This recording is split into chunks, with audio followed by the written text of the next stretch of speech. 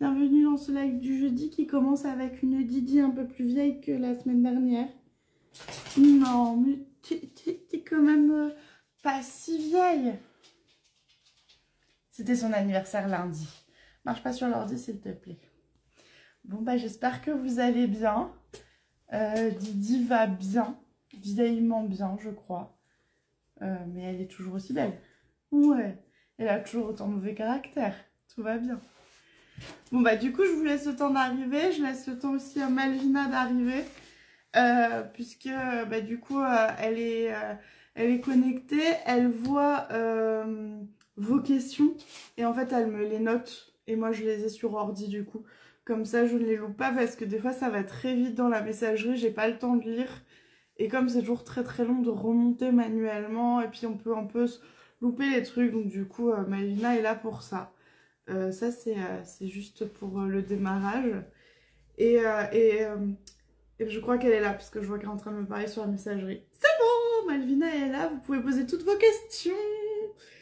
Et du coup avant j'ai noté les questions, il n'y en avait pas énormément forcément. Comme on a repris le rythme des lives toutes les semaines, ça permet un peu d'étaler toutes vos questions, donc ça c'est trop cool. Et au niveau des actualités, eh bien, j'ai pas préparé, mais j'aurais pu, c'est pas très loin. La semaine dernière, un nouveau patron est arrivé. Alors, pardon, je vous regarde pas. Voilà. Du coup, Poema, qui a un filet de linge, enfin un filet de lavage. Ça, c'est le petit modèle. Et c'est des nouveaux, vous aviez pas encore vu ce que je les ai cousus hier. Avec un petit ruban qui m'a fait bien rire, j'aimais bien la petite j'ai pas le mot, clin d'œil, le petit clin d'œil au côté Made in France, vu que c'est moi qui les ai fait, c'est fait en France. Alors certes j'habite sur la frontière belge puisque le trottoir est français, la route est belge, mais ma maison est bien sur le terrain français, donc ça a été fait en France. Et du coup j'ai une bonne nouvelle puisqu'en fait si j'ai cousu ces deux filets là, c'était pour vous préparer une mini vidéo qui va arriver cet après-midi et qui va annoncer la surprise qu'on vous prépare avec l'univers de Méline, qui est un concours. On va vous faire gagner. Du coup, dans ce concours, qui est un concours classique, hein, il n'y aura pas grand-chose à faire de votre côté, pas de création textile ou quoi que ce soit. Vous allez avoir un lot qui comprend le patron Poema, comme ça ceux qui n'avaient pas encore assez de points, bah, vous pouvez avoir une chance de l'obtenir facilement. En plus, le patron de la culotte Aglaé, puisque on connaît beaucoup la culotte Paola, un peu moins Aglaé, alors qu'elle est trop chouette, c'est celle-ci. Elle permet vraiment d'utiliser vos petites chutes de jersey, c'est trop cool, c'est pour ça qu'on l'a imaginé. Et je m'associe du coup à l'univers de Méline pour ce concours. Et en fait, du côté de l'univers de Méline, vous allez avoir en plus tout le matériel. Donc le tissu, le zip, l'élastique et du ruban. Alors j'ai mes chutes ici puisque je me suis dépêchée hier de tout coudre. Mais voilà, hop. Donc le tissu mèche, de l'élastique adapté, du ruban et les zips, bah, en fait ils sont sur les deux pochons que j'ai cousus. Voilà. Donc ça sera un seul lot, il y aura un gagnant qui va tout avoir. Donc vous le savez un petit peu en avance. Gardez l'œil ouvert puisque le concours je le lance dans l'après-midi, je sais pas exactement. Et par contre il y a beaucoup trop de lumière, je vais baisser l'occultant qu'il y a au-dessus. J'arrive. Hop. Parce que je ne vois vraiment rien et je suis un petit peu éblouie alors qu'il n'y a pas de soleil aujourd'hui. Mais il y a de la lumière, c'est déjà ça. J'attends un peu de savoir jusqu'où je le mets. Mais je crois que je vais le mettre en entier. Bon, il sera moins lumineux, hein, je vous préviens, mais je me bousillerai pas les yeux du coup. Ah, on commence à être pas mal. Ah, attention. Ouais, on va être bien là. Alors, ce que vous voyez peut-être juste un tout petit peu, c'est que Didi s'est installée là. Elle est vraiment au pied du téléphone en fait. Hop, doudou. Voilà. Oui, pardon. Oh, je l'ai embêté. Pardon. Donc pour ceux qui connaissent pas Didi, c'est mon chat vieux. Et d'ailleurs, ce week-end, j'étais avec des amis, dont un qui m'avait un peu jugé en disant ouais mais toi t'as acheté ton chat parce qu'on parlait d'adoption et je défendais. Du coup je le répète, je n'ai acheté aucun de mes 3 beautés fatales, donc mes 2 chats et mon chien. Alors mon chien c'est un peu plus facile à deviner parce que et ben elle a le look du chien croisé, pur sang croisé, elle a aucune race et elle est magnifique comme elle est. Mais c'est vrai que Didi, qui est là, et sa fille Flocon, qui est sa copie conforme, sont racées, ce sont des sacrés de Birmanie, mais je ne les ai pas achetées, je les ai adoptées. Du coup Didi a eu 17 ans et pas 18, je m'étais trompée d'une année. Elle a eu 17 ans cette semaine et ça fait donc 11 ans quasiment qu'on vit ensemble. Hein? Ouais, t'aimes bien ta vie avec moi? Mieux que l'ancienne dans une cage? Parce que Didi, elle a été... elle a pas fait non plus de la méga reproduction, mais bon. Elle en a fait un peu et bon, elle a été un petit peu jetée comme une chaussette parce que les propriétaires ont décidé de changer de vie d'un coup.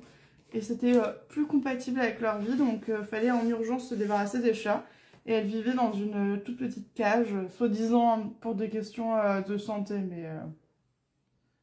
ils voulaient s'en débarrasser. Et donc, elles sont arrivées dans ma vie. Voilà. Et donc, à tous ceux qui aiment les animaux de race, je vous jugerai jamais parce que je comprends, hein, bien que je rappelle que la beauté va toujours avec le caractère de merde. Oui, c'est à toi que je parle. Mais il existe aussi plein d'animaux qui ont des races. Des fois, ils sont croisés, des fois, ils sont pur sang. Et donc, c'est aussi compatible, en fait. Vous pouvez... voilà, moi, les chiens, j'ai pas vraiment d'attachement aux races. Par contre, je vous avoue que les chats, avec mon chéri, on a quand même... il y a des races qu'on aime bien. Et je sais que potentiellement, je n'aurai jamais de Maine Coon dans ma vie puisque c'est très rare en assaut. Donc, j'accepte ça. Mais si un jour, il y en a un, Didi, tu vas être grande sœur. Voilà. Bon, allez, on parle couture. C'est un peu le sujet du jour, quand même. Est-ce que je vous ai donné toutes les actualités? Oui. À ceux qui étaient là la semaine dernière, sachez que 1, je n'ai pas commencé le nouveau patron. Je pensais vraiment que ça irait, mais en fait, j'ai clairement besoin d'accepter d'être moins présent sur les réseaux sociaux, mais ça m'angoisse parce que aujourd'hui, malheureusement, sans les réseaux sociaux, bah, il n'y a pas de vente et sans vente, il n'y a pas de vie d'entreprise, donc de petit patron. Et du coup, c'est vraiment ancré dans mes veines de tout le temps vouloir faire du contenu pour être sûr de toujours exister et donc que le site vive en fait. Et donc, je fais trop de contenu et je n'ai pas le temps d'avancer sur le nouveau patron. Donc, ce que j'ai fait, c'est que je me suis dit clairement, ce matin, je suis à jour pour ma semaine. Sauf que j'ai pas envie de commencer le patron un jeudi après, en sachant qu'après les lives, je suis toujours super fatiguée. Et du coup, bah, je me suis dit, je vais avancer sur des choses que j'aimerais bien faire qui sont pas des méga urgences. Par contre, la semaine prochaine, je ferai le patron. Donc, j'ai des contenus qui sont prêts, mais en fait, il y a des contenus où j'ai proposé à des marques de faire des projets avec. J'attends des réponses, donc on verra ce que je publie, mais peut-être que je serai pas très active, mais la semaine prochaine, je commence. Et l'autre sujet, je crois que je l'ai pas vu se connecter, mais j'ai peut-être loupé. Noémie est rentrée de vacances. Ça y est, presque bronzée, pas totalement. Et elle était de très bonne humeur, elle va bien. J'anticipe la question, elle va bien, comme Zoé, comme Laurie, et Malvina, elle peut vous le dire en description. Donc Malvina, est-ce que tu vas bien? Et donc elle a entendu parler de notre projet La Jupe Avril. Elle a ri parce que je lui en parle depuis longtemps. Et elle m'a dit, je me suis connectée au live pile au moment où vous parliez de ça. Donc voilà, je lui ai fait les yeux doux. On va voir. On va voir si on arrive à la convaincre de venir faire sa première mission freelance sur La Jupe Avril. Enfin, La Jupe Avril qui sera pas une jupe Avril, mais on se comprend pour ceux qui étaient là et ceux qui comprennent pas, et ben va falloir attendre. Noémie est là, merde. Voilà, Noémie, voilà. Bonjour, ça va? Ça va? Sur ce, bah vous voyez, hein, mon chat fait sa vie. En ce moment, mon chat a décidé de vivre toujours à 30 cm de là où je suis, sur la table où je travaille. Et je fais un commentaire. Je connais une ragdoll et c'est la pire des pétasses. Faut savoir que mes chats, en fait, je les ai adoptés, c'était pas prévu, mais je les ai adoptés à Paris, en urgence. Parce que, enfin, l'histoire est longue, donc ça va être chiant. Mais bref, c'était pas du tout prévu. Et après, j'ai quitté Paris, je suis retournée vivre 3 ans chez mes parents, le temps de lancer Petit Patron, parce que l'entrepreneuriat et gagner de la thune, c'est pas vraiment le truc hyper compatible au début. Donc voilà, pour me laisser une chance, mes parents ont accepté que je revienne avec mes chats. Et mes chats, elles ont un caractère de merde. En fait, les sacrés de Birmanie sont quand même connus pour être soit des grosses pantoufles toutes mignonnes, soit des sales caractères. Et les miennes, elles sont vraiment ça. Et ma mère les appelait, parce qu'elles sont nées à Paris, elle les appelle les sacrées connasses parisiennes. Parce que je dis tout le temps les sacrés, comme c'est la race est sacrée, et je mets plein de compliments derrière, parce que moi j'ai un amour fou pour mon chat. Oui! Et mon deuxième qui râle tout le temps. Donc voilà, bref, on parle couture. Allez! Et bah cool, en plus il y a des questions, donc bah, n'hésitez pas pour vos questions, puisque j'en ai pas 20 000, donc on a le temps là pour les questions en live. Je vais commencer du coup avec une question live. Alors, j'ai cousu un short sereine dans un beau tissu et la fermeture est claire. De récup, très mauvaise idée. Ouais, c'est cassé. Comment la changer sans y passer des heures et tout démonter? Je suis découragée d'avance. Alors, bah, on l'a tous fait, ça. Moi, j'avoue, les zips, je les récupère, mais ils ne servent jamais à des beaux projets. Parce qu'un zip, ça casse, ça s'use. En fait, utiliser son zip au quotidien, ça va l'abîmer. En plus, on ne connaît pas toujours la qualité. Du coup, moi, je les utilise plutôt pour faire mes toiles d'essai ou pour des petits accessoires qui n'ont pas projet d'être très très utilisés. Donc après, voilà, sois rassurés, on l'a tous fait. On a tous vécu ça. On essaye. La récup, c'est génial, mais en couture, moi, je trouve que c'est super important de garder en tête qu'il y a récup et récup. Récupérer un tissu qui n'a jamais été utilisé et juste, c'est ce qu'on appelle du stock dormant. Ok, récupérer un tissu qui a eu une première vie, sachez juste que vous avez passé beaucoup de temps à coudre un tissu, un projet, et qu'il aura une vie très courte parce qu'il a déjà été usé par la vie. C'est un petit peu comme si vous demandiez à votre grand-mère de 83 ans d'aller faire le cross du collège avec votre fils ou votre neveu et de lui dire tu dois être première, hein, moi je compte sur toi, je veux que tu sois première. Bon, concrètement, mamie Thérèse, à 80 et quelques années, elle a peut-être plus l'énergie de faire ça. Les 5 km du cross, elle va pas les tenir. Bah, c'est un peu pareil pour votre tissu. Alors, pardon pour l'image, hein, qui est un peu... J'ai trouvé que ça, mais je pense qu'elle est parlant. Maintenant, je suis désolée parce que je vais pas tant...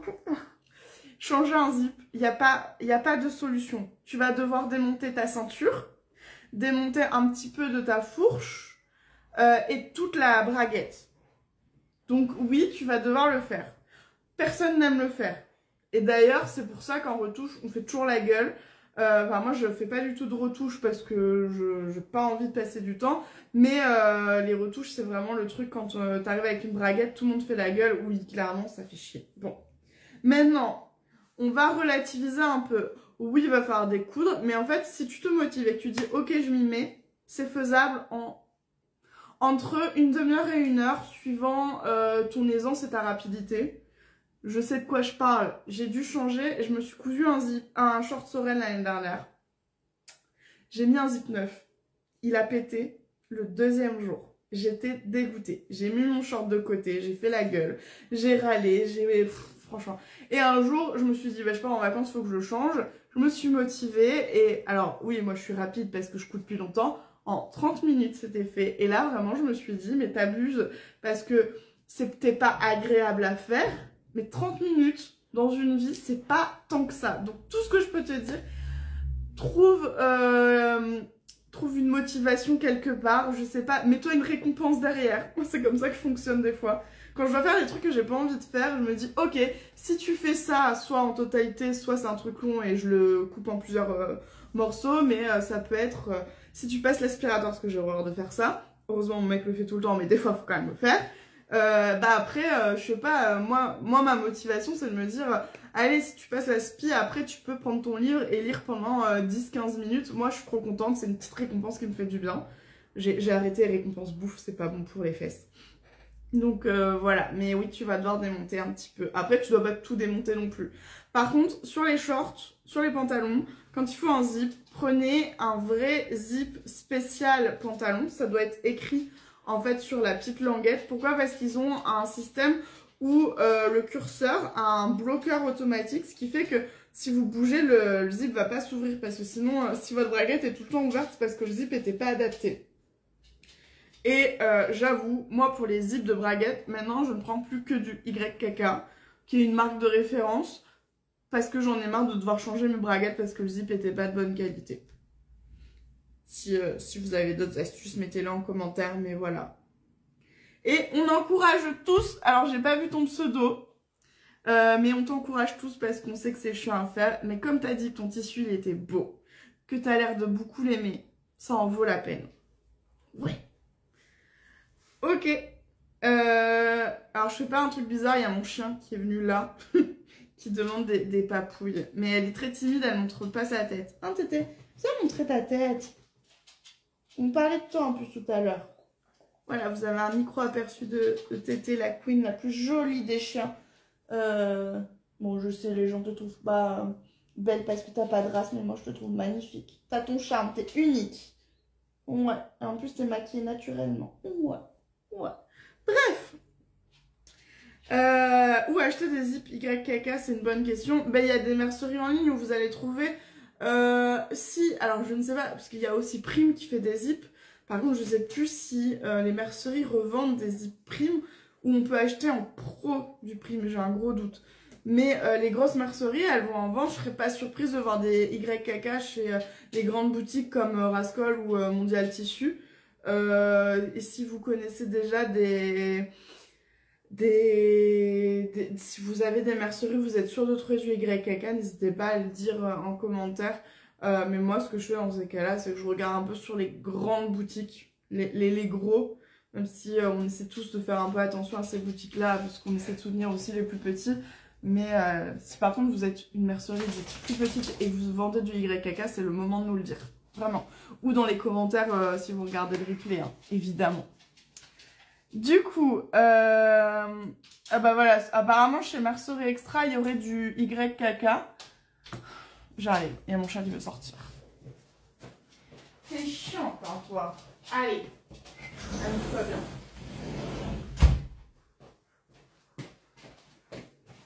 Et je lui obéis parce qu'elle a pris la très mauvaise habitude de gratter avec ses griffes sur la vitre, ce qui n'est pas le truc qui me fait le plus plaisir. Du coup, ouais, Mercerie Extra, apparemment, du zip YKK. Et alors, la Mercerie Extra, on va pas se mentir, le site est très moche et du coup, il est pas très engageant. Par contre, c'est une mercerie de qualité. Pour le coup, c'est un truc... des fois, je suis trop triste parce que je sais que ça coûte très cher de faire des sites et que tout le monde n'a pas les connaissances et l'œil. C'est un sacré vrai métier. Et du coup, des fois, il y a des boutiques, elles vous inspirent pas en ligne alors que le produit est bien. Et c'est le cas... Ah mince, mon ordi s'est mis en veille. Donc, du coup, voilà. Alors... dans la boîte à questions, la première question c'était avec un tissu jersey pour faire une brassière Elvie. Comment éviter que le tissu ne gondole par le point stretch? Du coup, la brassière Elvie elle est là. Là c'est parce qu'il existe un pack où vous avez la brassière et la culotte ensemble, mais vous pouvez aussi avoir que la brassière ou que la culotte qui va être dans le concours tout à l'heure. Et donc effectivement la brassière il faut un tissu donc type, enfin une maille type jersey. Pour pas que ça gondole, il y a deux choses à faire, c'est réajuster un petit peu la tension de votre machine. Donc vous avez une petite roulette en général hein, sur toutes les machines pour la tension. Donc déjà tu peux un petit peu l'ajuster. Ça va être pareil avec ta surjeteuse. Si jamais à un moment tu fais des étapes surjeteuses, tu peux ajuster. Après le jersey, en fait il gondole, mais il y a une bonne nouvelle. Dès que tu le repasses, il est parfaitement plat. En fait, c'est le fil qui vient, comme la maille, c'est un tricot, il y a une espèce de combat qui se fait au départ. Donc, moi, la première chose que je fais, c'est que je fais un essai sur une chute de jersey. Et je la repasse. Si en la repassant elle est nickel, c'est que j'ai pas besoin de toucher à ma tension. Si par contre en repassant elle continue de gondoler, c'est que là dans ce cas-là il vaut mieux réajuster un petit peu la tension. Et alors moi c'est pas du tout mon domaine d'excellence. Clairement, je suis super honnête. Et je suis un petit peu de la team, j'ai la flemme de lire les notices. Du coup je fais des essais. Mais je tiens à dire que je progresse parce que je vous explique. J'arrêtais pas de piquer le robot pâtissier de ma maman. Parce que j'ai un gros délire depuis quelques temps, tout fait maison. Et elle en avait marre. Et du coup, elle en a trouvé un d'occasion et elle me l'a offert. Et donc, j'ai lu toute la notice avant de le mettre en route pour bien le régler. Mon mec, il était hyper fier de moi, il dit « Waouh !» Et dans la foulée, faudra que je vous montre, mais j'ai reçu une extension de ma machine Xtool. Et j'ai lu toute la notice avant de l'installer et je suis très contente. Parce que déjà la notice faisait 3 pages, donc ça m'allait, c'est pas un gros truc. Physiquement c'est un gros truc, mais sinon c'est pas... Et elles sont très bien faites les notices de Xtool. Et d'ailleurs la semaine dernière j'ai fait un truc, je peux pas encore vous dire ce que j'ai fait. Et en fait je me suis pris le chou pendant, je crois, 1h30 à chercher des tutos sur internet pour faire ce que je voulais faire avec la machine. Et en fait, j'y arrivais pas. Et au bout d'un moment, j'ai regardé la notice et j'ai ri parce qu'il y avait la réponse à la 4e page. Je vous dis pas, Noémie, je sais qu'elle a levé les yeux au ciel quand je lui ai raconté ça. Alors qu'elle était loin, hein, mais je l'ai senti. C'est comme Malina qui sent quand je fais une boulette ou que j'oublie un rendez-vous. Bah voilà, on est connectés. Bon, du coup... Oh, il n'y a pas d'autres questions.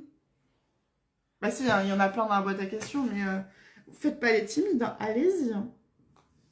J'ai vu qu'il y avait eu des adresses qui avaient été données. Et si vous voulez bien après les remettre en commentaire quand il sera en replay pour les gens qui vont voir le replay, ça serait trop cool parce que j'ai pas tout retenu. Pardon. Alors, la deuxième question, elle concerne le patron du sweat et de la robe swan. J'ai pas trouvé le livret, je sais pas où je l'ai foutu. Enfin, je sais. J'ai cousu une robe swan il n'y a pas si longtemps que ça. Et j'ai pas rangé.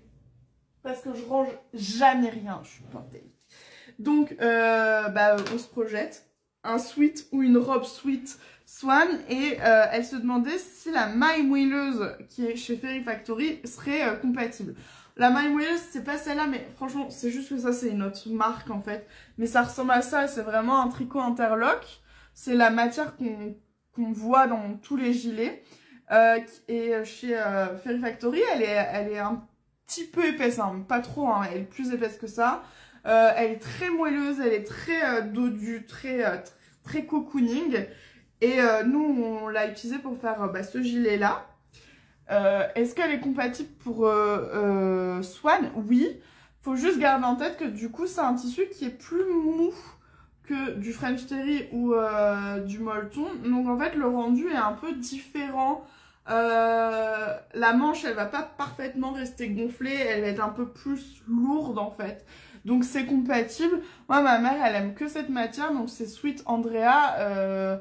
Je lui fais parce qu'on a un deal, j'ai la surjeteuse donc je lui couds. Elle les coupe, je lui couds. Elle les fait que dans cette matière là, donc elle s'en a encore acheté une là quand on était à Paris et je dois lui faire. Donc c'est compatible, le rendu est un peu différent. J'ai pas d'exemple moi, je m'en suis pas fait des swan, mais par contre ça peut être très sympa en robe swan pour l'automne prochain. C'est une bonne idée que je garde. Alors je crois qu'il y a des zip YKK chez Rascol et il y a aussi du Prime apparemment. Bon bah voilà, c'est les grosses merceries. Ah bah, à mon avis la question elle va arriver mais je la vois. En parlant de Swan, tu as aimé ta version robe? Et ben je l'ai adorée. J'étais juste dégoûtée parce que je l'ai fini tellement tard que la saison était finie. Parce que c'est en gros molleton d'hiver. Et moi je suis quelqu'un qui a toujours chaud. Et du coup faut vraiment qu'il fasse très froid. Et on a eu un début de printemps exceptionnel dans le nord. Donc je l'ai pas beaucoup porté. Par contre... moi qui jusque-là avait très peur des robes pulls parce que on a tous, toutes celles qui ont un peu trop d'embonpoint ont connu la robe pull ou la robe chemise traumatisante parce qu'elle va pas du tout avec nos formes et c'est pas joli. Bah là, on avait vraiment travaillé la robe avec un évasé pour que ça soit élégant sur toutes les morphologies. Et en fait, ça l'est vraiment. Je suis trop bien dedans. Et j'en veux plein pour cet hiver. Plein, plein, plein. C'est sûr et certain. En plus, c'est un patron qui se fait hyper vite. Des robes qui se cousent en une demi-heure, 3/4 d'heure. Il n'y en a pas 20 000, donc voilà. Je crois qu'il y a mon chat qui va faire une bêtise. Si vous me voyez partir en courant, c'est juste que... En fait, elle a une sale manie. C'est qu'elle sait qu'elle n'a pas le droit d'aller dans ma zone potager et elle y va. Et en fait, là, pour le moment, il n'y a pas grand-chose de cultivé dedans encore. Mais il y a mes échalotes qui commencent à bien sortir et elle s'assoit dessus et ça m'énerve. Et là, elle fait sa tête qui dit « Je vais faire une connerie ». Parce qu'elle n'est pas contente que je m'occupe pas assez d'elle quand je suis en live. Oh putain, elle est en train de bouffer mes fraisiers. Bref. Allez. Je suis... Oh, pardon, Didi. Je voulais pas... Pardon, excuse-moi. Le sujet. The sujet du moment, Chabril. Alors, avant de poser la... Je crois qu'en plus, il y a 2 questions sur... Non, il y en a une ou 2, je sais plus. Chabril, c'est un projet de robe. Je pense qu'on va le faire, le patron. On va faire le patron. En plus, j'avais très envie de faire un petit twist au niveau des manches. En attendant, je vais quand même vous faire le tuto de base, mais à mon avis, le vrai patron Chabril va arriver avec ce twist qu'on avait en tête avec Noémie, qu'on aimait beaucoup. Mais en gros, c'est l'union de la robe Charlotte, donc le haut jusqu'à la ceinture, je sais pas si on voit bien avec la lumière, associé au bas de Abril qui est plein de volants. Et du coup, si on fait le patron, je pense qu'on fait le dos plein. Est-ce que vous en voulez du dos plein? Mais en attendant, j'ai très envie de faire le tuto. J'ai le tissu, je l'ai acheté chez Maison Blue Mood et j'ai trop hâte de la faire. Je me suis peut-être dit que je la ferai demain. C'est pas sûr à 100%, mais je l'envisage. Du coup, la question est, est-ce que pour faire la robe Chabril, il y a des modifications sur les patrons? Aucun. Je vous montrerai. En fait, c'est vraiment très simple. Vous prenez tout le haut de la robe jusqu'à la ceinture chez Charlotte. Et vous prenez que les pans de jupe chez Abril. Et en fait, comme la ceinture, c'est la même sur les 2 patrons, c'est super simple de les associer. Et donc, il y avait une question que j'ai trouvée assez intéressante. C'est est-ce qu'il faut déjà avoir cousu et Charlotte et Abril pour pouvoir faire la Chabril? Bon. Alors, non, techniquement non, pas du tout. Maintenant, en fait, je pense qu'il y en a qui ont un petit peu peur de cette notion de c'est pas un patron parce qu'il faut avoir les 2 patrons. Et du coup, en fait, on va suivre les explications de la robe Charlotte. En gros, je regarde, hein, jusqu'à l'étape 15 chez Charlotte. Et donc, une fois qu'on a fait ça, on va aller, je regarde en direct avec vous. Franchement les gars, vous commencez à l'étape 16 chez Abril. Vous changez de livret. Mais ça me fait beaucoup rire parce que pour le coup, on l'a pas fait exprès ça, mais vous avez 15 Charlotte et à l'étape 16 vous passez à Abril et c'est tout. Il n'y a pas plus, moins de complexité. Bon, je vois que le dos plein ça vous ferait plaisir. Oui, il arrivera pas chez Charlotte. Mais Nono, on en a parlé 1000 fois. C'était encore là, je ne sais pas. La robe, la vraie robe. Et en fait, on veut vous faire des manches, des belles manches. Des manches que vous aimez, on voudrait vous les mettre. Donc, il y aurait des petits twists différents. C'est un peu ce qui s'est passé pour Swan. Swan, c'est un peu l'union des manches d'Isidore avec la coupe un peu sweet de Andrea. Mais du coup, quitte à faire un patron qui répondent un peu à des demandes, on a fait un changement sur l'encolure et la coupe du sweat. Bah là, Chabril, ça sera un peu ça. Vous pourrez toujours, pour ceux qui ont les 2, le faire, mais le patron, lui, il aura des petites différences avec vos retours que vous avez fait jusque-là, voilà. Dont le fameux dos plein de la robe Charlotte. Du coup, je continue avec la boîte à questions. Charlotte, est-ce que c'est possible de la faire sans la coulisse? Alors, je vous montre à nouveau le patron Charlotte. Techniquement, oui. D'ailleurs, il faut savoir que Abril, vous pouvez complètement la faire sans coulisses. Je trouve que la coupe, elle rend super bien, avec ou sans. Donc elle est plus rapide sans. Charlotte, je l'ai vue 2 fois sur des gens qui l'ont fait sans. Je vais pas vous mentir, moi j'ai pas du tout trouvé que c'était esthétique. Le patron, il a pas du tout été pensé pour être sans la ceinture qui resserre sous la poitrine. Donc esthétiquement c'est pas très joli. À coudre c'est chiant parce que vous avez des zones de fronce au-dessus et en dessous. Normalement quand vous montez Charlotte, comme il y a la ceinture qui elle n'est pas froncée, il y a des zones de fronce sur le corsage qui s'associent au haut de la ceinture. Il y a des zones de fronce sur la jupe qui s'associent au bas de la ceinture. Si vous enlevez la ceinture, que vous les réunissez, ça doit être hyper chiant d'assembler des fronces haut et bas ensemble. Du coup, je ne conseille pas de faire Charlotte sans sa coulisse. Et en plus, vous allez voir que du coup, la poitrine, elle se place pas du tout dedans. Parce qu'en fait, il y a un travail de coupe dans le corsage, plus les petites fronces là, et le fait que ça vienne se resserrer ici, qui va se poser. Là, du coup, je pense que vos seins sont pas du tout maintenus. Donc, à tout moment, ça peut faire ça. C'est pour ça que je la recommanderais pas. C'est mon avis. Là, on n'a pas Nono. Mais Noémie, Malvina, si vous voulez donner un avis, c'est le moment. Et si vous voulez pas, vous pouvez. Je reviens dans une seconde.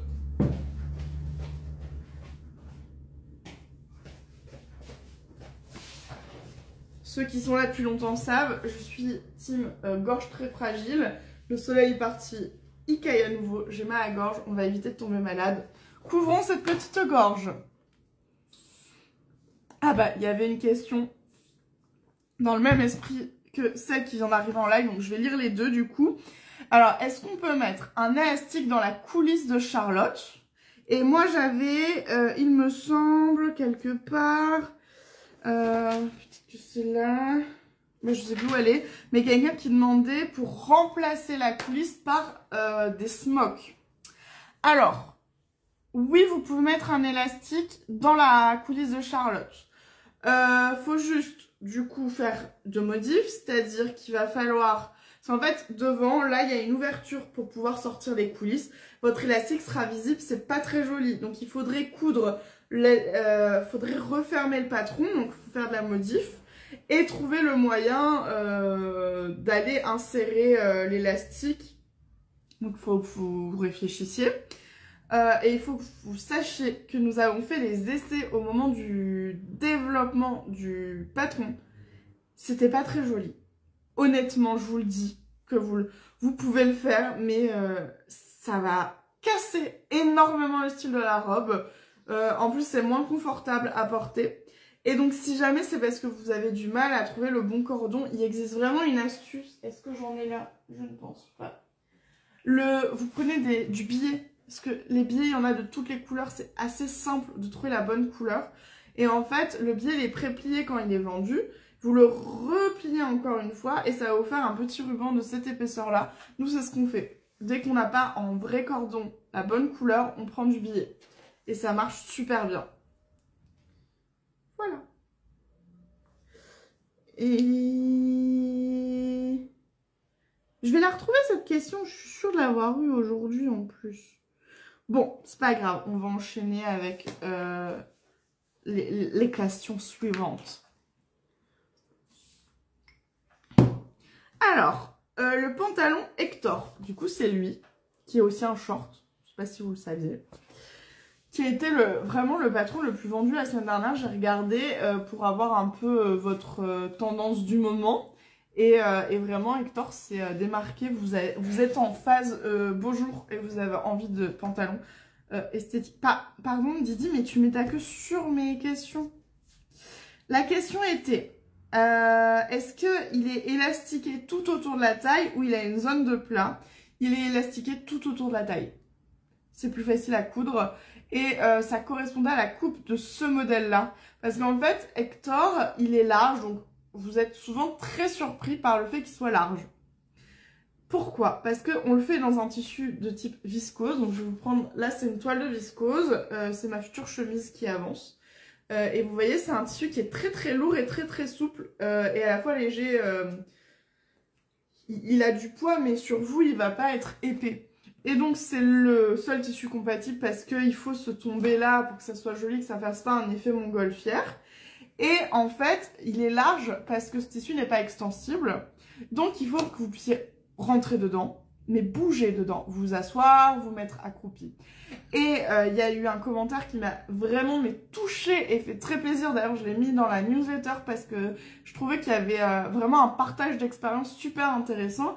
Elle disait qu'elle avait testé d'autres pantalons de même style qui paraissaient moins larges et qui du coup plus esthétiques. Et finalement, elle les a abandonnés pour Hector parce que je pense qu'elle a compris pourquoi Hector était large. Tout simplement parce que dans la mode, il se passe un truc depuis à peu près 30 ans qui me rend complètement dingue, même plus honnêtement. Je sais juste pas exactement. C'est qu'on a mis le confort de côté pour l'esthétisme chez les femmes. Pas chez les hommes, mais chez la femme. Il faut que ça soit beau, quitte à ce que ça soit pas confortable. Et donc, vous avez tout le temps le sentiment d'être étriqué dans vos pantalons, d'avoir la taille coupée, d'avoir les cuisses coupées. Vous allez dire, je peux pas me mettre accroupi, je peux pas te ramasser ton jouet, je peux pas t'aider parce que vous êtes en pantalon. Et en fait, ça, c'est la mode qui a un peu décidé que la beauté passerait avant le reste. Et je suis contre. Depuis que je fais mes petites études, donc j'ai fait des études de mode il y a 15 ans et j'avais choisi, en fait, très vite en école de mode, on choisit en fait, on crée son style, donc on choisit un peu sa direction. Et moi, c'était le confort doit être à égalité de l'esthétisme. Et donc j'ai fait toute ma collection de fin d'études autour de ce concept-là. Et quand j'ai lancé mes patrons petits patrons, j'ai dit on continue. Donc Hector, il a ce côté un peu large parce que dedans, vous pourrez tout faire. Vous pourrez bouger autant que vous voulez, vous asseoir, vous mettre accroupi, passer au sol pour aller jouer avec votre neveu, votre nièce, votre fils, votre petit-fils. Pour ça. Et donc, c'est pour ça que je vous recommande un tissu en viscose ou en rayon qui soit très lourd, très fin et très fluide. Pour que d'un côté, vous ayez le confort, mais de l'autre, que ça reste esthétique. Si vous utilisez un tissu qui va être en composition de coton, le coton est quelque chose de plus léger, il va remonter, en fait, il va gonfler et on va pas se mentir, il va vous faire un cul énorme. Et je pense qu'on est quand même très nombreuses à pas vouloir avoir un énorme cul. Voilà. Surtout que c'est pas, ça vous fait pas un cul à la Kim Kardashian, ça vous fait juste une bouée tout autour qui est pas très belle. Et donc, pour toutes ces raisons, il est élastiqué devant et dos. Parce que quand on est très mince, qu'on a le ventre très plat et que nous n'avons pas de cycle hormonal qui fait bouger un petit peu le ventre, effectivement, on pourrait avoir une belle platitude devant. Or, nous sommes des femmes, parce que c'est un pantalon plutôt femme, hein, à la base. Donc on est complètement victime de notre cycle hormonal qui fait qu'on a le ventre qui gonfle. En plus, on se nourrit. On a le culot de manger et du coup d'avoir le ventre un petit peu plus gonflé après un repas. On a la vie, pour certaines on a eu des enfants, pour d'autres on est ménopausé et on est musclé, on est tout ce qu'on veut. Et donc en fait la platitude devant, bah elle fait que ressortir les défauts du ventre. Parce que la société dit encore que ce sont des défauts. Donc l'élastique devant il est pour une bonne raison. Maintenant on en avait parlé la fois dernière avec cette fameuse jupe qu'on va dessiner ensemble, avec la potentialité on va dire d'avoir une ceinture plate devant, ça serait possible parce que c'est une jupe et pas un pantalon. Donc le vêtement ne se pose pas du tout de la même manière sur votre corps. Et vient pas se raccrocher à votre entrejambe. Donc ça serait possible dans ce cas-là. Voilà. Pardon, mon explication était longue, mais je trouvais intéressant de vous donner un peu les coulisses. À peu près, moi je suis quelqu'un de très... J'aime bien savoir pourquoi, donc c'est pour ça que des fois je suis très longue dans mes explications, parce que bah, si j'aime bien savoir pourquoi, je me dis que les autres veulent savoir pourquoi, et vous connaissez les coulisses de Hector. Surtout que Hector, bah, ça va être sa grande saison, vu que c'est un pantalon, pour toutes les raisons que je vous ai citées, le peu de compatibilité tissu important d'été. Je vois passer la question, est-ce qu'un crêpe pour Hector c'est possible? Oui, c'est possible, je l'ai déjà fait, faut juste savoir que le crêpe, c'est un tissu qui est assez épais, et du coup, alors épais mais compatible. En fait, son tissage est très dense. Pour créer du crêpe, on a une manière de tisser les fils qui crée une densité importante. Et sachez juste que du coup, il tient chaud. Donc, en plein été, j'avais très chaud dans mon Hector en crêpe. C'est plutôt demi-saison du coup. Voilà, c'est juste la petite info à savoir. Une marque de patron homme à conseiller aussi cool que ceux de petits patrons. J'attends toujours la révélation. Pardon. Allez.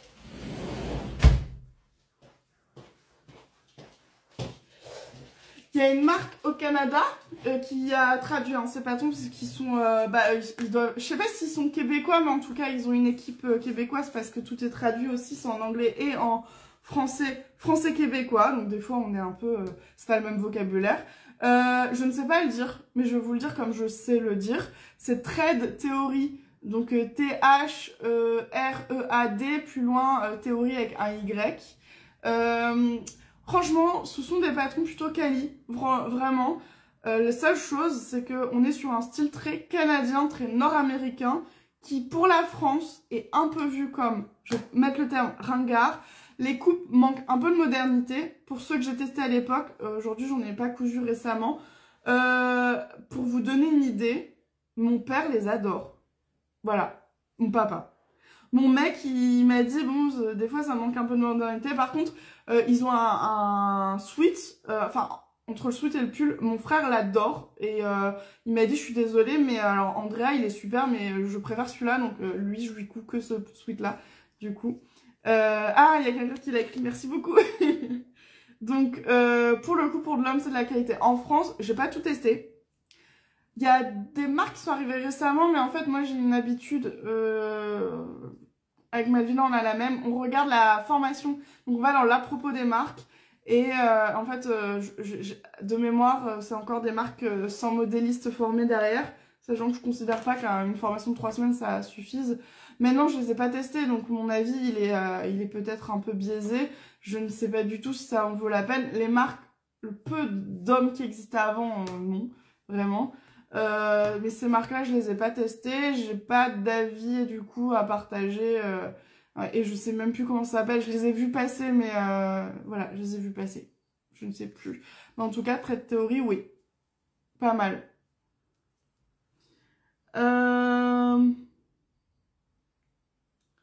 Du coup, on va alterner entre les deux, pardon, sinon je vais pas avancer dans la boîte à questions. Ah bah non, on va continuer sur la question Hector. Est-ce qu'on peut mettre plusieurs élastiques de 1 cm pour Hector? Je pense pas que ça soit du tout une bonne idée. Déjà, ça veut dire qu'il va falloir que sur ta ceinture, tu précouses des coulisses. Sinon, ça ne marchera pas.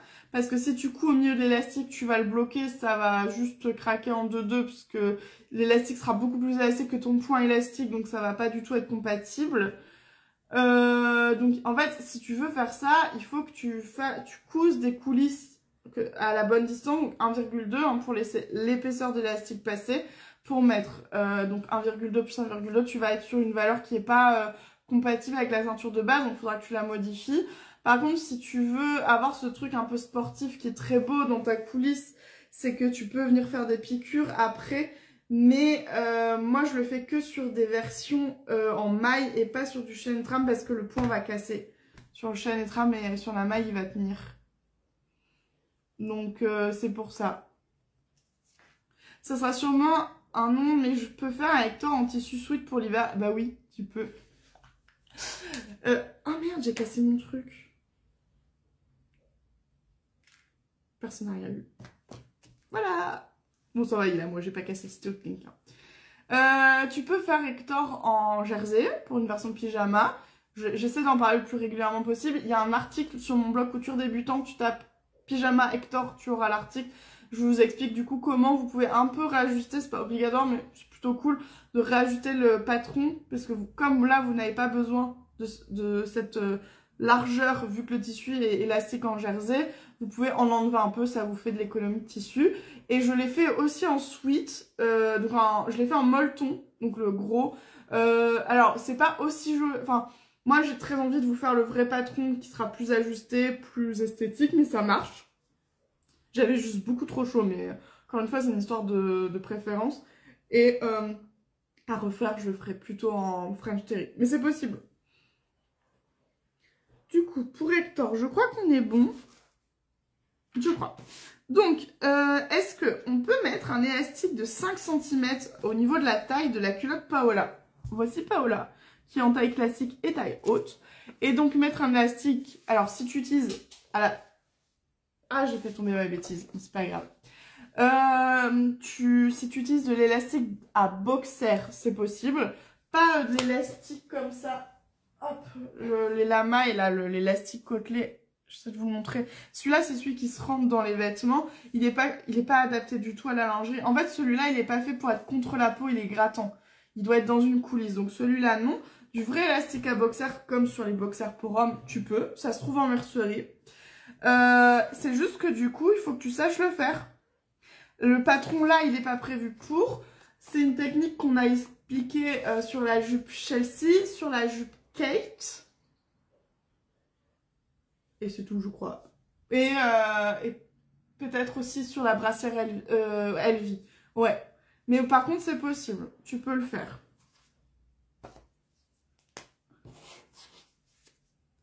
Hop. Je regarde en même temps s'il n'y a pas des gens qui réagissent au sujet pour qu'on reste sur le sujet avant de passer à autre chose. Et du coup, il y avait une question dans la foulée. Qu'est-ce qui fait qu'une culotte ne se maintient pas correctement sur les fesses? Alors, deux possibilités, puisqu'il y a deux options. Si ta culotte te rentre dans les fesses, c'est que elle peut être trop petite. À tort, on veut toujours prendre la lingerie, on la veut très ajustée. Et en fait, il faut savoir qu'il vaut mieux toujours un poil plus grand qu'un poil plus petit sur des culottes. Ça marquera moins sous les pantalons. Et ça rentrera moins dans les fesses. Donc, la première chose, ça peut être la taille. La deuxième, ça peut être le patron. Nous, on a fait un énorme travail sur Paola et Aglaé pour que ça ne rentre pas dans les fesses, pour le coup. Parce qu'on en avait marre d'avoir que des culottes qui rentrent dans les fesses. En fait, les patrons sont faits souvent sur ordinateur avec des calculs prédéfinis qui, c'est des ordis. Ils savent pas ce que c'est la réalité du bombé d'une fesse. La troisième option, c'est le matériel utilisé. Qui est, en fait, ça peut être un jersey inadapté, comme par exemple un jersey qui n'a pas d'élastane, donc un 100% coton, ça fonctionnera pas très bien, ou une maille qui a trop d'élastane, comme les mailles spécialisées, enfin les jerseys pour sport, qu'on appelle souvent des lycra. Les lycra, c'est une marque. Mais ces matières un peu là pour gymnastique, ou trop dense comme du maillot de bain. Le maillot de bain est très dense, ce qui fait que c'est pour ça que je vous recommande pas forcément de faire Paola ou Aglaé en version maillot de bain. Et nous, c'est pour ça qu'on vous a créé le patron Albin, parce que la culotte a été retravaillée pour ne pas rentrer dans les fesses. J'en ai fait l'expérience et je sais que vous êtes beaucoup à l'avoir fait, donc voilà, ça peut être la matière. Voilà. Maintenant, si elle est trop large au niveau des cuisses, c'est tout simplement parce que tu as peut-être fait un choix entre ton tour de taille et ton tour de cuisse. Ce que tu peux faire, moi c'est ce que je fais, j'ai une taille très marquée par rapport à mes fesses. C'est que je prends la culotte à la taille de mes hanches, de mon tour de hanche, qui est du coup, moi c'est du 48. Mais mon tour de taille, il équivaut plutôt à un 46.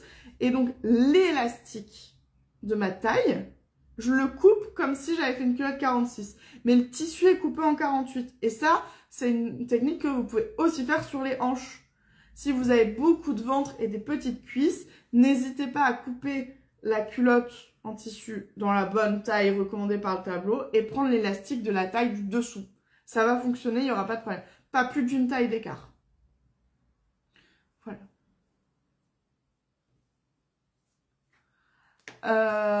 Peut-être que... Aurélie, j'ai peut-être pas encore répondu à ta question parce qu'elle dit qu'elle a dû partir du live, donc ça tombe, je n'ai pas encore répondu à la question. Du coup, il y a une question sur Hector qui est revenue.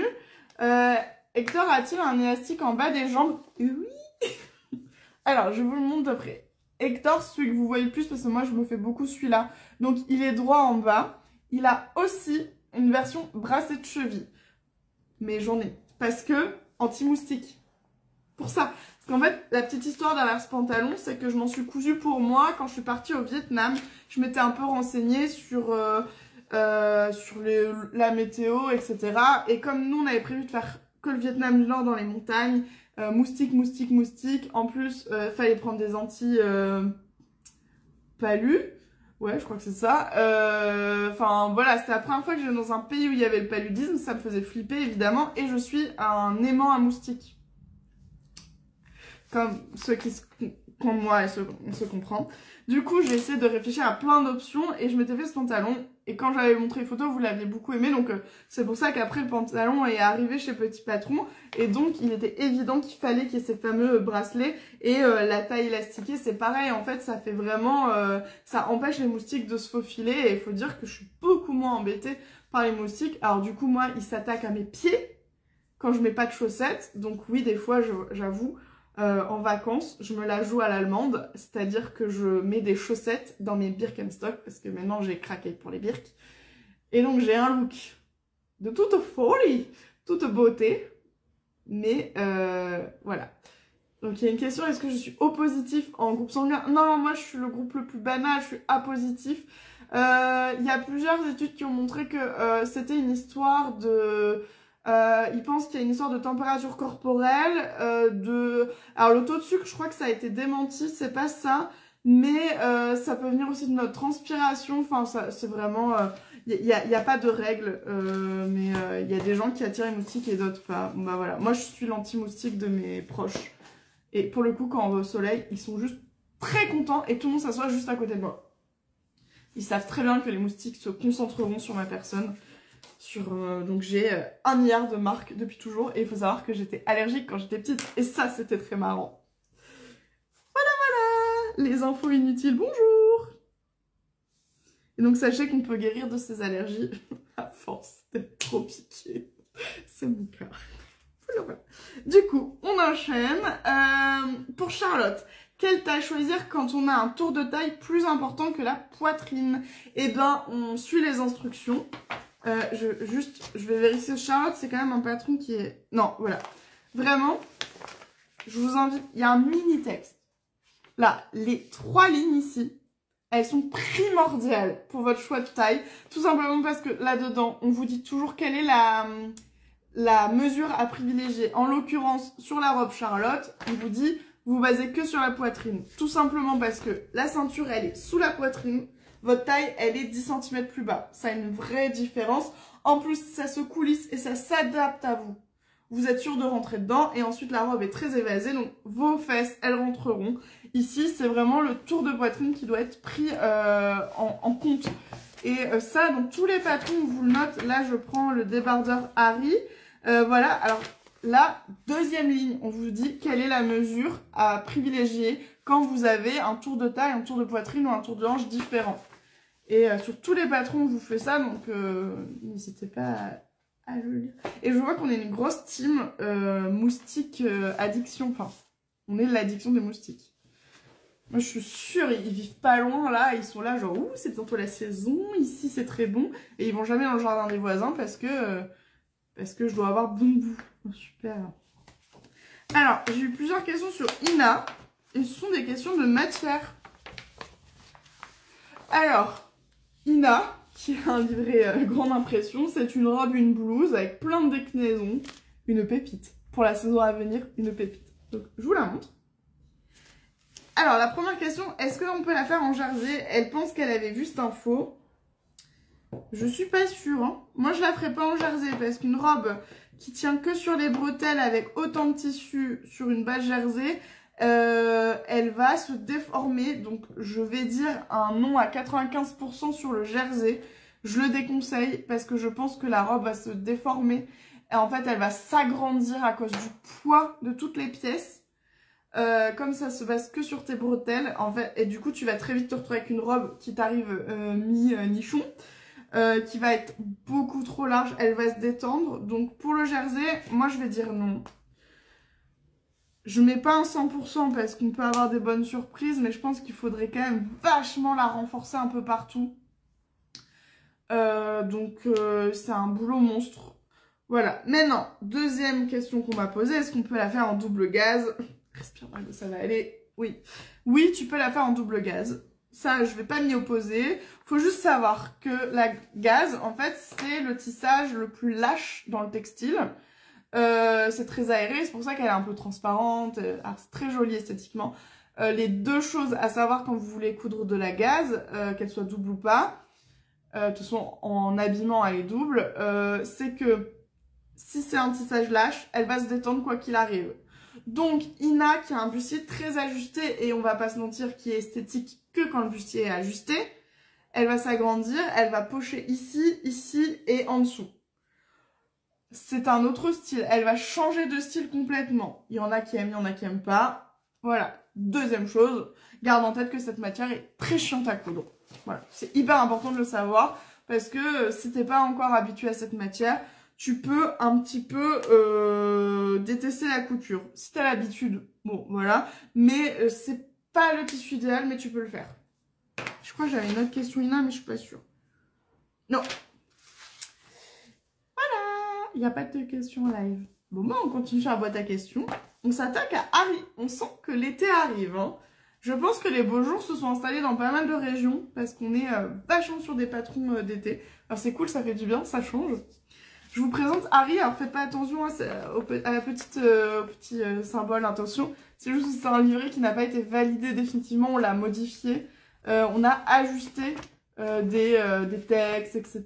Donc il y a plein de ratures un peu partout. Mais juste, le modèle, c'est bien celui-là. Donc, c'est un débardeur et une robe débardeur, Harry.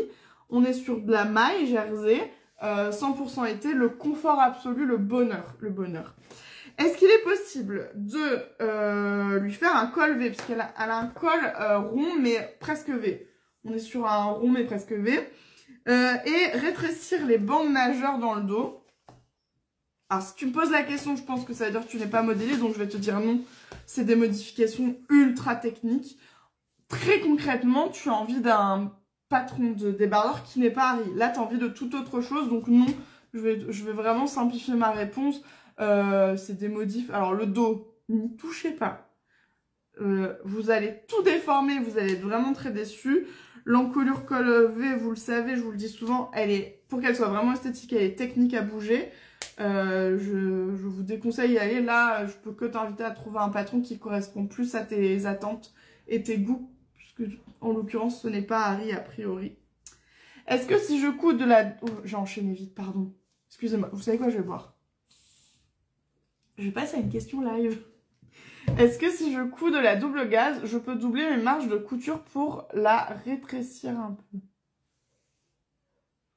Alors, c'est vrai qu'en gaze, on a tendance à recommander de doubler les valeurs de couture partout. Ça fait partie des raisons pour lesquelles c'est chiant de coudre de la gaze.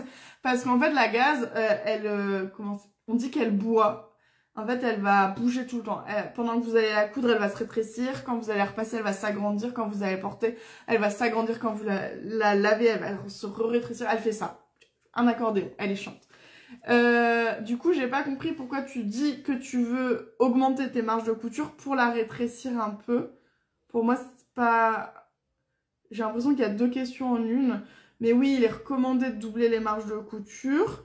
Par contre, ça sert à rien de vouloir la rétrécir parce que j'ai dit qu'elle allait être grande. En fait, elle va s'agrandir sur toi quand tu vas la porter. Et ce sera pas définitif, elle va bouger tout le temps. À chaque lavage, repassage et portage, elle va bouger. C'est pour ça que la gaze, elle est très compliquée.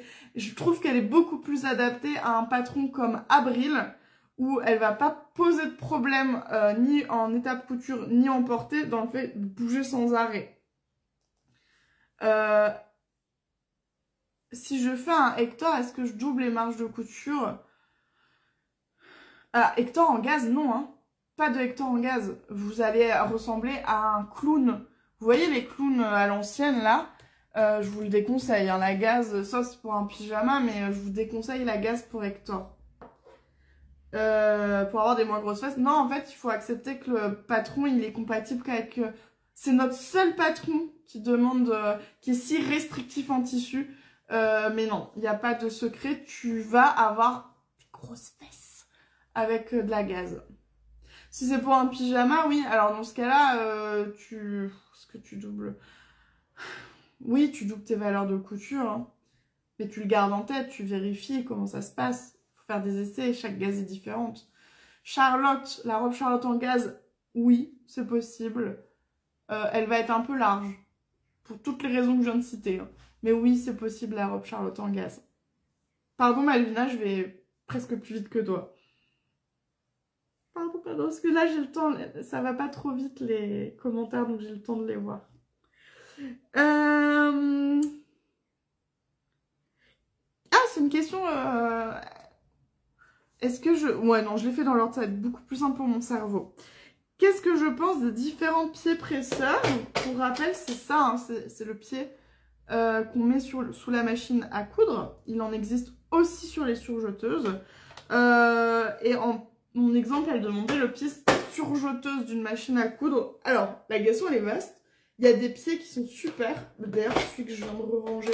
Celui-là qui est automatiquement avec votre machine à coudre. Donc, le pied, une branche pour coudre des zips non séparables. Comme, par exemple, des zips apparents. Comme celui qu'il y a sur Poema. Il est super. Le téflon, il est très bien pour les matières qui accrochent. Les matières plastifiées, le téflon va plus vite. Là où j'aime pas trop celui qui a des petites roulettes parce que ça peut marquer définitivement le tissu. Vous avez le pied pour coudre un zip invisible. Pour moi, c'est impossible de coudre bien et facilement un zip invisible sans ce pied-là. Lui, par contre, il n'est pas fourni avec toutes les machines. Donc, il y a des pieds qui sont super. Et il y a des pieds, je vais vous montrer, qui sont... Alors, je sais pas, ceux-là, qui sont un peu gadgets. Ceux qui ont plein de... On s'en sert jamais. Vous savez, les gros plateaux, il y a plein de pieds. Vous pouvez acheter un plateau avec plein de pieds. Nous, on en utilise 4 dans ces plateaux-là.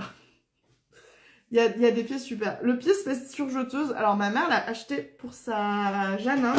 Elle s'en est servie une fois. Elle m'a dit... En fait, c'est un pied qui est censé remplacer la surjeteuse. Mais il y a un moment, on ne fait pas de miracle. On ne fera pas une course de Formule 1 avec une Twingo. On ne fera pas la même chose en couture avec sa machine à coudre. Alors qu'on devrait le faire à la surjeteuse.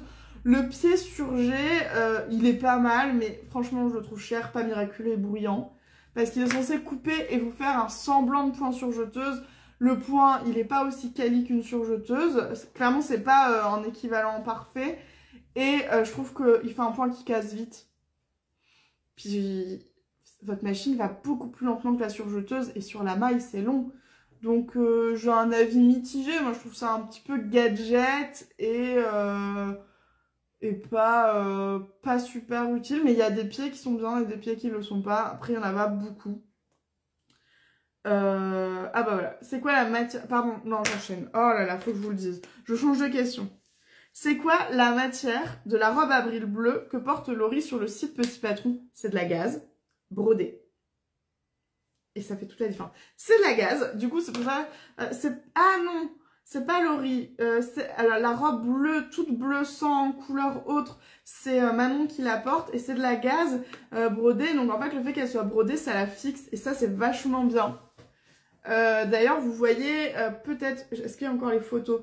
Il y a une version d'une blouse avril que Noémie porte en gaze. Et c'est la même taille que ses robes, sauf qu'elle fait beaucoup plus large. Ça change l'aspect. Donc la robe bleue, ouais, elle est en gaze brodée. Et ça, c'est trop bien parce que la broderie vient bloquer. Si c'est vraiment de Laurie dont on parle, donc c'est une robe bleue avec des motifs un peu... Je crois que c'est des feuilles. Il me semble c'est du feuillage. Ça, c'est une popeline de coton. Pour ceux qui font la différence entre Laurie et Manon. Sur nos photos. Facile, Laurie est rousse, Manon est blonde. Ça aidera. Si sur la photo elle est blonde, c'est que c'est Manon. Est-ce que on peut coudre la parka en Selm avec une machine entrée de gamme? Alors là, je vous ai pris la version homme, mais il existe en femme et en enfant. 100% des patrons petits patrons peuvent être cousus à la machine à coudre entrée de gamme. C'est pour ça que j'en ai. Je les garde et on teste tous les patrons dessus parce qu'on sait très bien que tout le monde n'est pas équipé. Et hier, je vous parlais de ma super machine qui est une haut de gamme à un certain budget.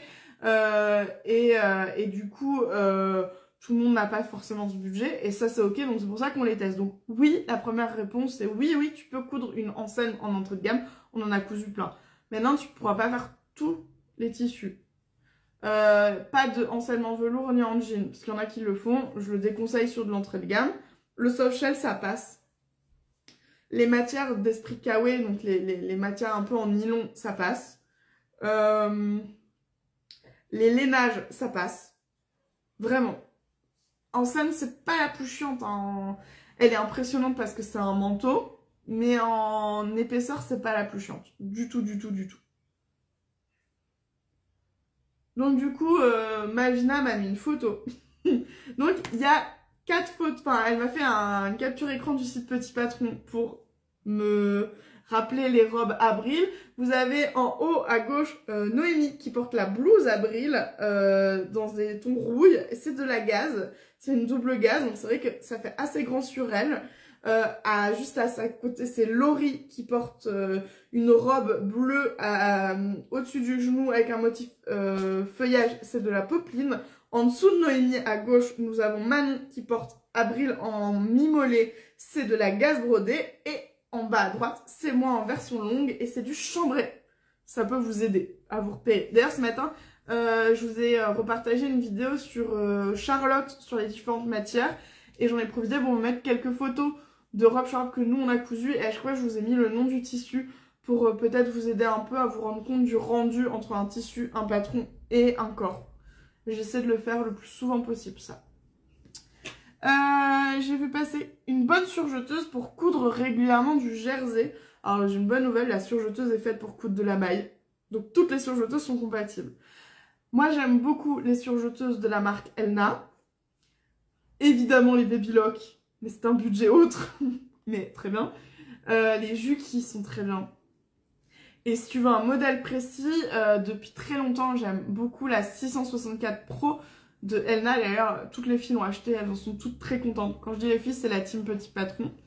D'ailleurs, je sais que moi, j'ai l'ancien modèle Elna 664 Pro. Ils ont changé le modèle, bah, ils font des petites mises à jour hein, régulièrement. Mais du coup, elle est super. La seule chose, moi, je suis pas fan des brothers. Pardon, brother. Je suis pas contre vous, j'aime bien vos machines à coudre. En surjeteuse, je les trouve très brillantes, trop légères, elles tournent sur elles-mêmes et elles font pas un point exceptionnel. J'ai pas testé de très haut de gamme en brother. Surjeteuse, je ne sais pas si ça existe pour le coup. Mais ouais. J'aime beaucoup les Elna et j'aime beaucoup les Juki et les Baby Lock. Je boude ma surjeteuse Singer depuis 6 mois parce qu'elle veut pas fonctionner. Quand j'ai été à Singer, la dame a dit elle va très bien. Alors on va mettre les deux pieds dans le plat. Singer c'est de la merde. Il faut que vous sachiez un petit peu la démarche derrière cette marque. Et il faut que vous ayez connaissance d'une autre info importante. En fait Singer aujourd'hui n'est plus une marque française. Ça a été racheté par un groupe d'investisseurs, il me semble chinois, mais on va dire asiatique parce que je suis pas sûre à 100%. La seule ambition derrière ces investisseurs, c'est juste de surfer sur la notoriété ultra vieille de Singer. Toutes nos mères, nos grand-mères ont connu Singer, donc elles ont un bon souvenir. Et en fait, la qualité est devenue catastrophique. Et ils ont un état d'esprit au niveau de la vente qui est, on fait beaucoup d'entrées de gamme parce qu'elles cassent vite. Et on va tout simplement dire aux gens, il est temps de changer de machine, passer à une autre. Elles ne sont pas réparables pour énormément de modèles parce qu'elles sont en 100% plastique. Les réparateurs font la gueule quand vous ramenez du Singer récent, pas ancien. Donc moi ce que je déteste chez Singer, c'est le fait qu'il n'y ait aucune prise de conscience écologique, c'est-à-dire que c'est des machines qui sont faites pour être jetées. Et quand vous allez en magasin Singer, de toute façon on va toujours vous pousser à changer de machine. Et il faut savoir que chez énormément de surjeteuses, entrée de gamme, Singer, Pfaff, Brother, en fait elles sont pas très performantes, elles ne font pas des bons points. On est d'accord, sur les très entrées de gamme.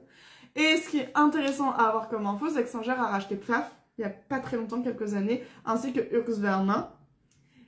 Husqvarna, j'ai pas un énorme avis, j'en ai utilisé très peu, mais voilà, c'est pas trop valorisé. Maintenant, Pfaff, j'étais pro Pfaff, la preuve, elle m'a accompagnée pendant plus de 25 ans. La qualité est en chute libre. Et pour vous donner une info très intéressante, je discutais avec un vendeur et réparateur de machines, important pour le coup, je lui disais, mais je suis tellement déçue, ma mère a racheté une Pfaff, on va pas se mentir, c'est de la merde. On l'a envoyée en réparation, on nous a dit, elle est foutue, faut juste changer alors qu'elle était hyper récente. Et ce réparateur me dit, bah nous, on a décidé d'arrêter de vendre la moitié des références chez Pfaff parce qu'on avait tellement de retours SAV dessus que ça nous coûte une fortune à les réparer parce qu'il y a les années de garantie qui sont financièrement à la charge du réparateur hein, et du vendeur. Il les renvoie pas chez la marque mère. Et du coup, une baisse de qualité qui est atroce chez Pfaff. Et ça me rend hyper triste parce que c'était une super marque. Voilà, alors ça c'est mes... c'est mon avis. Je sais qu'il est partagé par certains, pas par d'autres. Mais voilà, moi je suis un petit peu agacée par le fait que Singer et Pfaff ils sortent sur leur notoriété ancienne. Et du coup, ils baissent la qualité. Et donc, on est beaucoup à se faire avoir. On repart en couture. Le chambré, c'est un peu comme du jean. Eh ben non. Visuellement, je comprends. Ça ressemble. Mais le chambré, c'est une toile de coton fine qui est à peu près épaisse comme la batiste. Donc la batiste, c'est en dessous de la popeline. Donc c'est fin et souple. Ça reprend les codes du jean puisqu'on fait un tissage avec un fil bleu indigo et un fil blanc. C'est le code du vrai jean. C'est les seuls liens. Après, c'est un tissage croisé, classique. Ça en fait une toile souple qui est adaptée aux robes, aux chemises, aux jupes. Le jean, c'est un tissage à 3 fils. On a des fils chaîne trame et un fil diagonal. C'est propre à la matière jean. Ça en fait un tissu très résistant et donc épais qui n'est pas compatible avec une chemise. En surchemise, pourquoi pas. Il faut qu'il soit fin. Mais ça n'a pas le même tombé. Donc quand vous avez envie d'un esprit de jean mais que vous voulez vous faire une robe un peu légère comme Avril, on va vers le chambré. On ne se fait pas un pantalon ou un short esprit de jean dans du chambré. C'est la grande différence. Et du coup, Delphine dit, je vais plutôt regarder chez Janum et Anna. Janum en machine à coudre, ils sont super. Surjuteuse, vraiment. C'est pas bien ce que je veux dire, mais je discutais avec un vendeur, Janum. Je lui dis, pardon, je dois être honnête, j'ai pas été convaincue par la surjuteuse. J'en ai testé 2. Et le vendeur m'a dit, oui, je sais. On est d'accord. Les surjeteuses chez Janum, elles sont pas excellentes. Elles sont bien meilleures chez Anna alors que c'est le même groupe. Et qu'en machine à coudre, ils ont souvent les mêmes modèles mais sous les 2 marques. Ouais. En surjeteuse, Elna plutôt. Alors oui, voilà. Là, on a ma première machine est une Pfaff. Elle fonctionne très bien mais elle a 36 ans. Information à prendre en compte. On va parler des machines qui ont moins de 10 ans aujourd'hui. 10-15 ans, c'est un peu la frontière entre les bonnes machines d'avant et les valeurs capitalistes un peu destructives d'aujourd'hui. Et c'est là où malheureusement il se fait... C'est hyper compliqué de vous dire, en fait, si vous avez quelqu'un dans votre famille qui vous passe sa vieille Singer, elle est super, elle est réparable en plus, trop bien. Si c'est une récente que vous avez achetée l'année dernière, en fait, vous avez probablement fait l'expérience par vous-même. Alors, au tissu des Ursules à Carcassonne, plusieurs personnes du magasin, quand j'ai demandé de quel tissu il s'agissait, m'ont répondu du coton. Je suis colère. C'est un débat qu'on a souvent, hein. Mais du coton, ça veut rien dire. C'est comme si vous disiez, ouais, tu me prêtes ta voiture, super, je dois mettre quoi comme carburant? Et vous allez dire, du carburant. Alors qu'on est d'accord qu'il y a de l'essence ou il y a du diesel. Bon, en fait, le coton, c'est juste l'origine de la fibre qu'on utilise pour la transformer en fil. Et ensuite, le fil, on le tisse d'une certaine manière et ça va donner un type d'étoffe. Donc, c'est pour ça que moi, je suis très chiant. Je vous dis toile de viscose, puisqu'il existe des jerseys de viscose. Et donc, mon meilleur exemple, c'est de vous dire que, par exemple, je porte un t-shirt en jersey de coton. Et je pourrais porter une robe Charlotte en toile, en popeline de coton. On est sur du coton dans les 2 cas, mais ça n'a rien à voir. On ne peut pas faire la même chose avec, ça ne rendra pas pareil et c'est très très important. Pourquoi vous n'êtes pas très bien conseillé? C'est parce que dans plein de magasins, et c'est pas que la couture, hein, même dans des magasins d'électroménager, en fait, les vendeurs sont pas formés à ce qu'ils vendent. Ils sont formés à vendre, mais ils connaissent pas très bien leurs produits. Il y a vraiment une notion de... On ne prend plus le temps de former correctement les gens à travailler et après on s'en plaint parce qu'ils font pas bien leur boulot, mais en même temps si on vous donne pas les bases vous pouvez pas bien les faire. Et dans la couture c'est ça, en fait ils ont beaucoup de mal à trouver du personnel parce que vendeur actuellement c'est pas un métier qui est très très encourageant. Vous êtes mal payé, vous avez des horaires abominables et en plus vous êtes pas toujours très bien traité par les clients, donc ça vend pas du rêve et du coup malheureusement il y a de très mauvais conseils chez les vendeurs. Après il y a parfois des pépites, des vendeurs exceptionnels. Quand ils sont là, il faut le dire aux gens. À lui, à la personne, lui ou elle, hein, mais aussi le conseiller à vos amis qui font de la couture. Alors, on repart sur sur les machines, et après je repars en couture. Un avis sur Bernina. Alors Bernina, c'est une marque de référence qualitative, dite haut de gamme. Haut de gamme, du coup, alors c'est une marque qui est bien.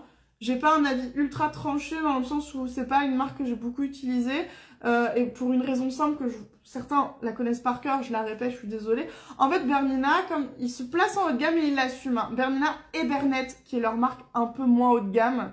Mais en fait, juste Bernette, je suis pas sûre de l'info que je vais donner, mais en tout cas pour Bernina, la qualité est complètement au rendez-vous. Mais en fait, vous avez le prix en conséquence. Et il faut savoir que du coup, Bernina fait tout, c'est comme Paf, tout pour eux, comme ça un gère. Donc, vous n'avez pas forcément des choses compatibles. Les canettes, les pieds presseurs sont pas universels, alors que vous pourrez mettre le même pied presseur sur du Brother, sur du Janum, sur du Juki, sur du Elna sans problème. Sur Bernina, en général, c'est propre à eux, et du coup, c'est plus cher. Genre, le pied est 2 fois plus cher qu'un équivalent de pied chez Janum, chez Elna, etc.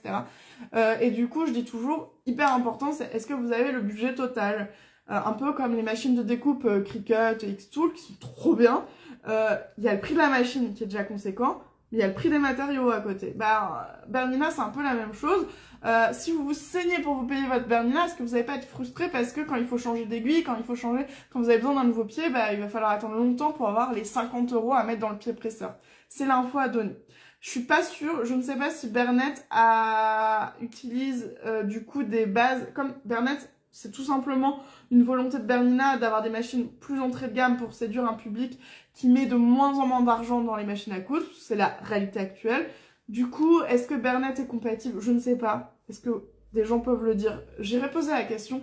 Je ne sais pas si Coudray Baudet vend du Bernina Bernette. J'irai voir. Si c'est le cas, j'irai demander ce que je parle des fois, occasionnellement, mais avec un membre de l'équipe et toujours hyper sympa, ils m'ont toujours répondu à toutes mes questions. J'irai leur demander. Ah, une surjeteuse pour débuter à recommander. En fait, en surjeteuse, on va acter le truc. Il n'y a pas de notion surjeteuse pour débutants ou pas. La surjeteuse, vous pouvez l'acheter une fois et vous la garderez toute votre vie. Vraiment.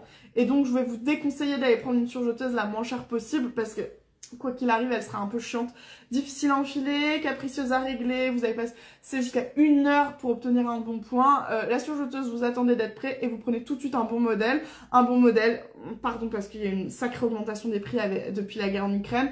On est autour des 500-600 € aujourd'hui, clairement, je suis désolée. Mais par contre, surjeteuse, vous n'allez pas changer de surjeteuse. Sauf si vous avez envie de passer comme moi à des bilocs à plus de 1000 balles. Mais sinon, misez tout de suite sur une bonne machine et du coup, Elna 664 Pro. J'insiste sur le Pro parce qu'en fait, ce qui est trop bien avec ce modèle-là, c'est qu'il y a un petit tableau sur la surjeteuse et suivant le point que vous voulez faire, il y a tous les réglages qu'il faudra faire. Parce qu'une surjeteuse, il y a plein de boutons à changer quand vous voulez changer de point. Un rouleau 2, un surjet à 3 fils, un surjet à 4 fils. Et donc, il faudrait ressortir la notice. Et puis, c'est pas toujours très bien détaillé.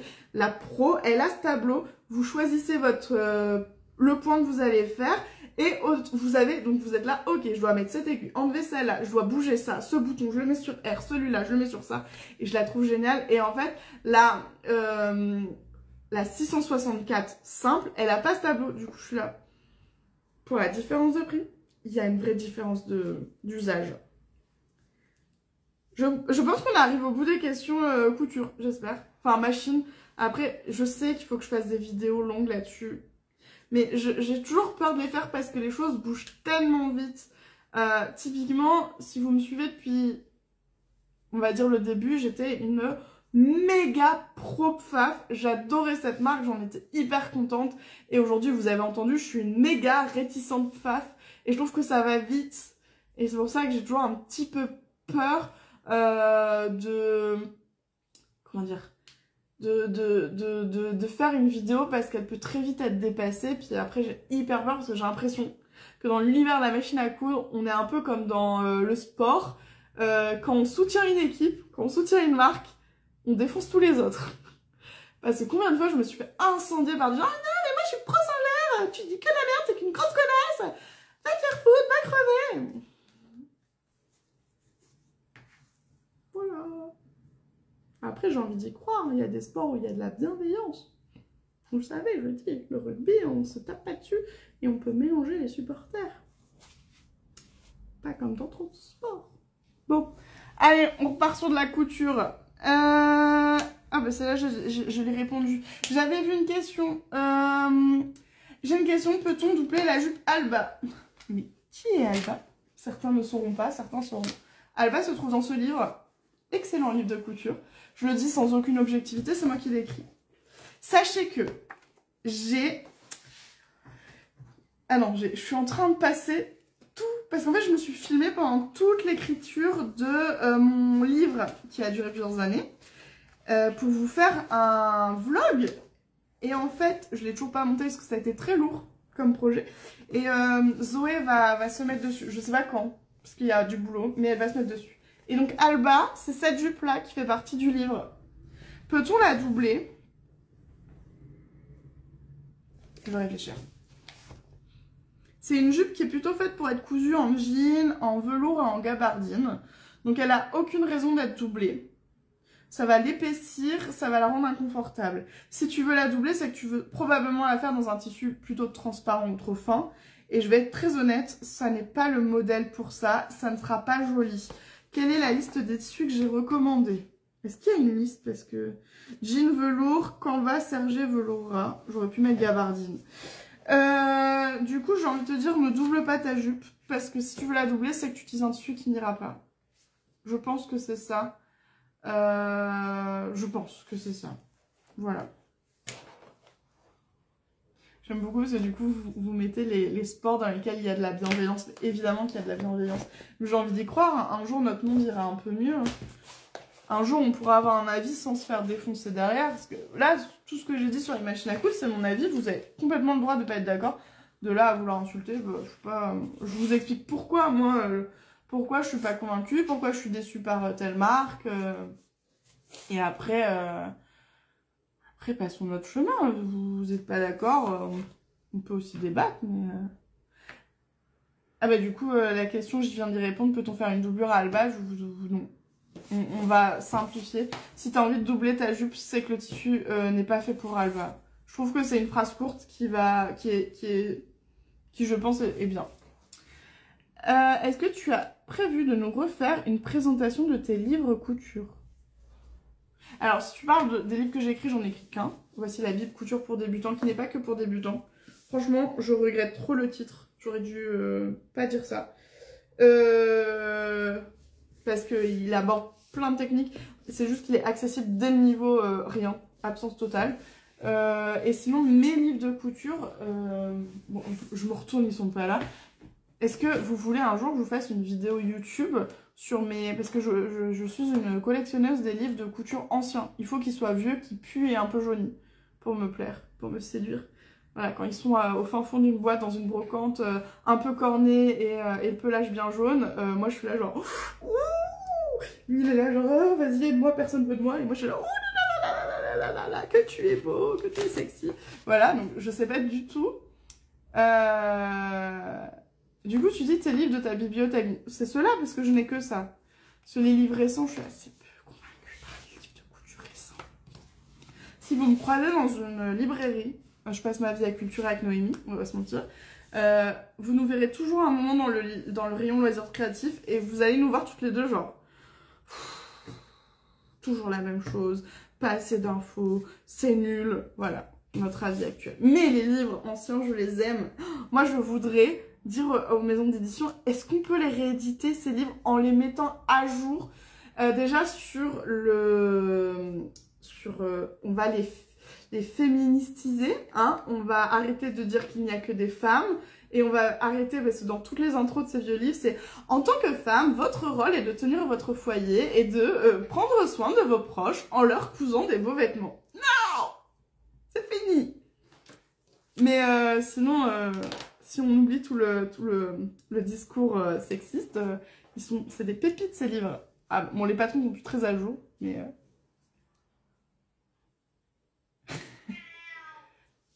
Mais Didi, je suis là. Didi. Oui, bah, tourne encore un peu la tête. Oui, tu me verras pas, Didi. Oh, pardon, faut que j'aille la chercher. Mon chat est complètement sourd et presque aveugle. Doudou, regarde, je suis là. Tu veux voir?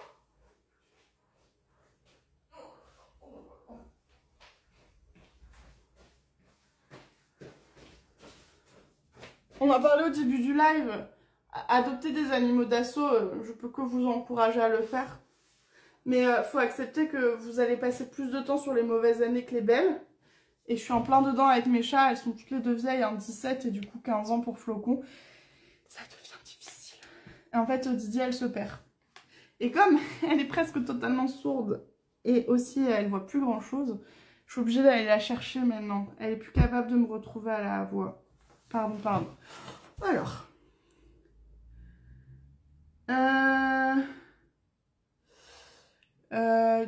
Du coup, Malvina, si t'as vu passer... Bon, si tu pourras me... parce que j'ai pas tout vu les commentaires, vous avez beaucoup parlé. Du coup, je crois que ce sera Panette qui demandait pour les livres de ma bibliothèque couture. Du coup, ça serait que mes vieux livres. Donc, si je vous parle, je vous fais une vidéo là-dessus. Ce serait sur mes vieux livres. Est-ce que c'est quelque chose qui vous plaît ou pas? Et donc, on va reprendre les questions. Alors... Ah oui, d'accord, pardon, j'ai compris. Tu avais proposé de choisir de suivre. J'avais commencé ça sur TikTok et comme tout ce que je commence, je le finis pas.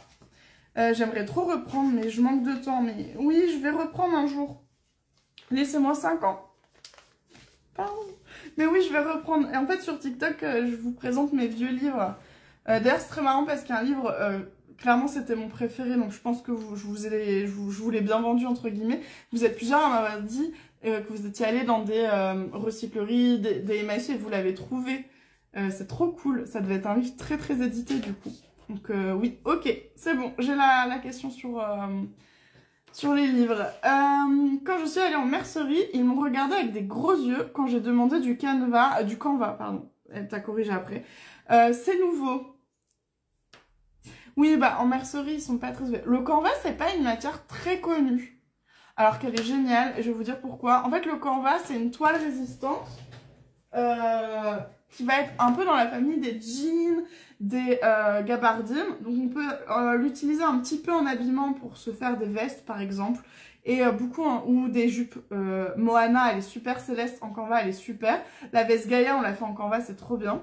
Là, j'ai une sacoche d'ordinateur Kali. C'est le très grand modèle parce que j'ai un très gros Mac là.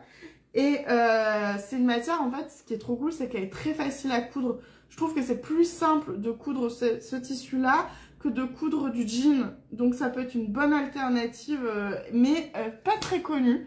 Et en plus, bah, s'ils sont très mal renseignés et qu'ils ont le culot de vous dire vous voulez quoi, du coton, forcément ils pourront pas connaître le canvas. Et là, passons notre chemin, hein. Je n'ai que ça à dire. Alors, ah merde, j'avais encore une question sur les machines à coudre, donc on va essayer d'être efficace. Tu préfères ta Juki, donc moi j'ai la DX5 Juki, ou la S5 de Janome de ta mère? Je couds très souvent, en fait, dès que j'envoie une machine en réparation, ou qu'à un moment on avait besoin de plusieurs machines, j'empruntais beaucoup de celles de ma mère, parce que ma mère en ce moment elle fait pas beaucoup de couture, donc voilà. Ce sont deux machines haut de gamme, faut juste savoir que la Juki, elle est plus haut de gamme que la Janome de ma mère. Un petit peu plus cher du coup. Je vais pas vous mentir, je préfère la Juki. Parce que c'est celle que j'utilise au quotidien. Donc je m'y suis très très bien habituée. Elles sont très proches. Elles sont super toutes les deux. Vraiment.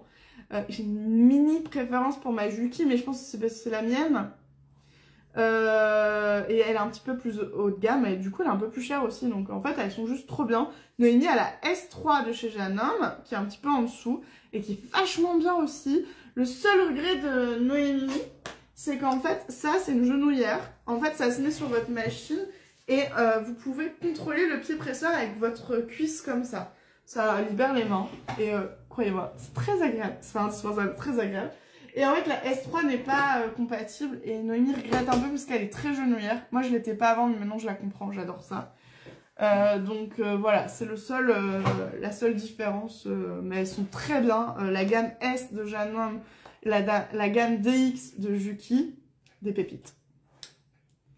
Oui, la Juki HZL DX5, mais je crois que HZL, il me semble que c'est juste la gamme des machines familiales chez Juki, donc non industrielle, il me semble. Donc la référence précise, le modèle, moi j'ai vraiment le DX5 chez Juki, il me semble.